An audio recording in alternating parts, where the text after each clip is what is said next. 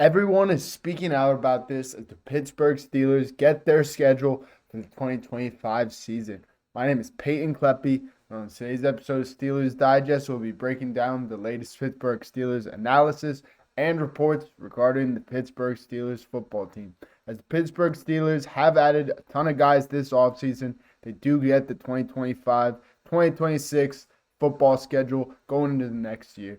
Before we get into the latest reports, if you guys are not already currently subscribed to the channel, click that subscribe button down below. Only 9% of our current viewers are actually currently subscribed. So if you click that subscribe button, we will get you guys the latest Pittsburgh Steelers reports every single day. Let's get right into it. So the Pittsburgh Steelers have gotten their schedule for this season, and it's kind of weird that they do have two games that kind of have a relation to Aaron Rodgers.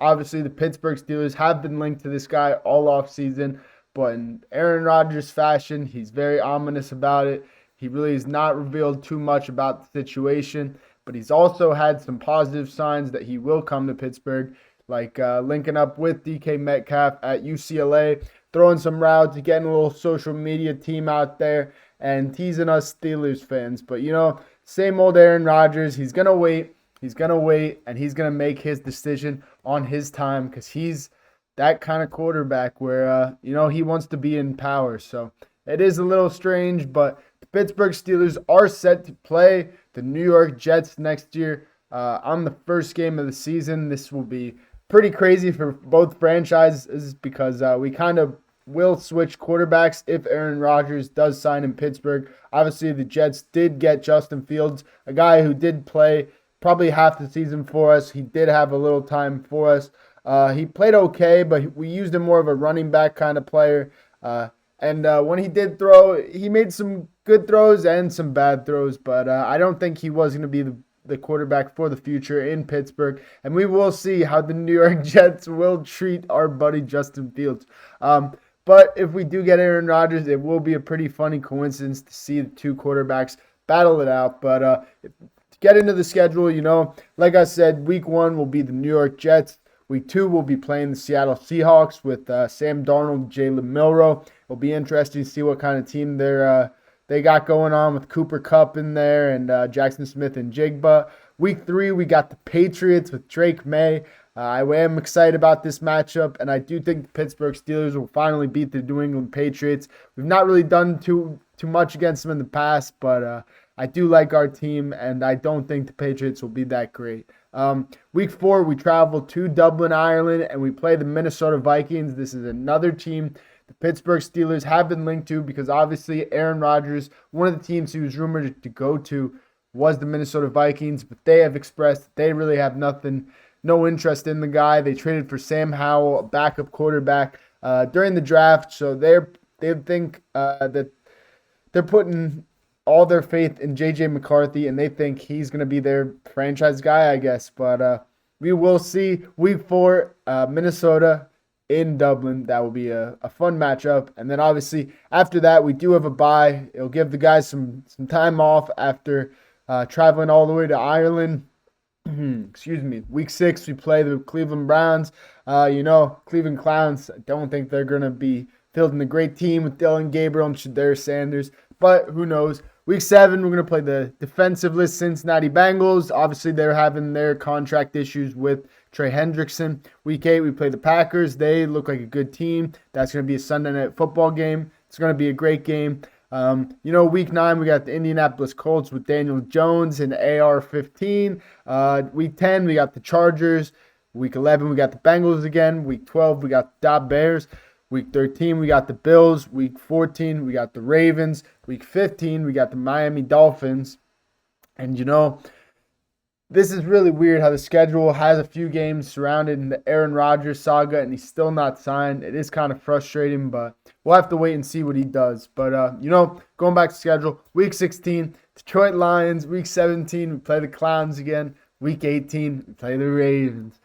Every year, it seems like we do play the Ravens one of the last couple weeks of the season. And what better than the last game of the season, the deal breaker? It's probably going to be for the division or something along those lines. And who Who else would we want to be playing on that last week of the season? The Ravens. I hate the Ravens. You hate the Ravens. We all hate the Ravens, But I'll be excited, and I think the Steelers will be fielding a much better team on defense than they had last year. And I do think we will be stopping Derrick Henry, and we will be kings of the North. And I do think the Pittsburgh Steelers have all the possible weapons to indeed become kings of the North once again after that late season collapse last year.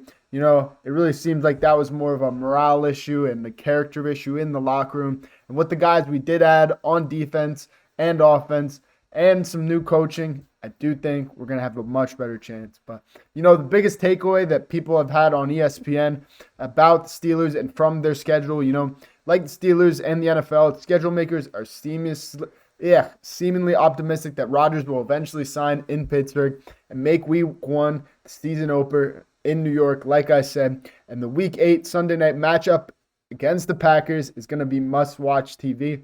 Another thing that they didn't talk about in this article that, Art Rooney, the owner, came out today and said that we will be debuting some throwback uniforms against the Minnesota Vikings in Dublin. I think we're going to have a pretty cool new helmet. I'm really hoping it's going to be like the old 1960s throwback jerseys, like the Troy Polamalu one I got back here. I hope it's jerseys like that again, but we will have to see. But, even with an unsettled quarterback situation, the Steelers brand is stronger than ever with that 4 primetime games. So we will have 4 primetime games this year. That's pretty average, not too great, but obviously the past couple years, we've not really had too much crazy quarterback play that would give us that primetime game status like we had when we had Big Ben, AB, Le'Veon Bell, where it seems like we had a Thursday night and a Sunday night football game every week. We were playing all those night games, all those Sunday night games. But sometimes it is better to get those 1 o'clock